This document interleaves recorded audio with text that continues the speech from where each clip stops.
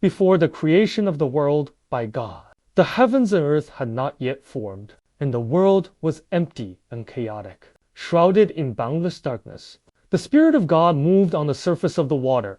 God created all things in heaven and earth in 7 days. On the first day, God said, "Let there be light," and there was light. God separated light from darkness, calling light day and darkness night. So there was night, there was day. God is satisfied with light. The next day, God said, "There must be air between all the waters to divide the water into upper and lower parts." So God created air and separated the water below the air from the water above it. God calls the air heaven.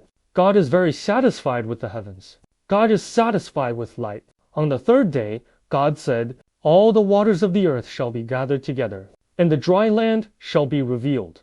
So the waters and the dry land were separated.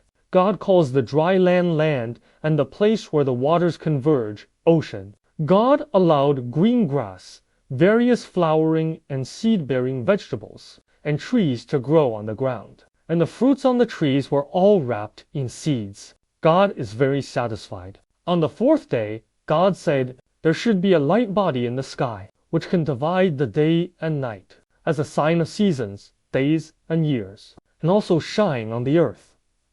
So God created 2 light bodies, allowing the big to manage the day and the small to manage the night. God also created countless stars, covering the entire sky. God is very satisfied. On the 5th day, God said, "Let living creatures multiply in the water, and birds fly in the sky."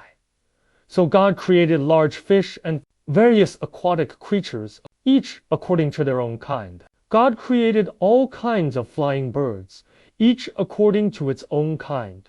God blesses them, allowing them to breed and multiply throughout the world. God is very satisfied. On the 6th day, God said, "Let living creatures grow on the earth, livestock, insects, and wild beasts of their own kind." So God created all kinds of beasts, livestock, and insects from the earth. God is very satisfied. God said, "We will create man in our image, in our likeness, to govern the fish in the water, the birds in the air, the livestock on the earth, and the crawling insects." So God created man in his own image from earth, and breathed the breath of life into his nostrils, thus creating a living being with a soul. God named him Adam. God brings all the species he has created before humans, and they will see how he calls them. People call all kinds of living creatures by their names. People gave names to all livestock, birds in the air, and wild animals. God set up a garden in Eden in the east and placed the man he had created there. There is a river that flows out of Eden, irrigating the garden, and from there it splits into 4 tributaries.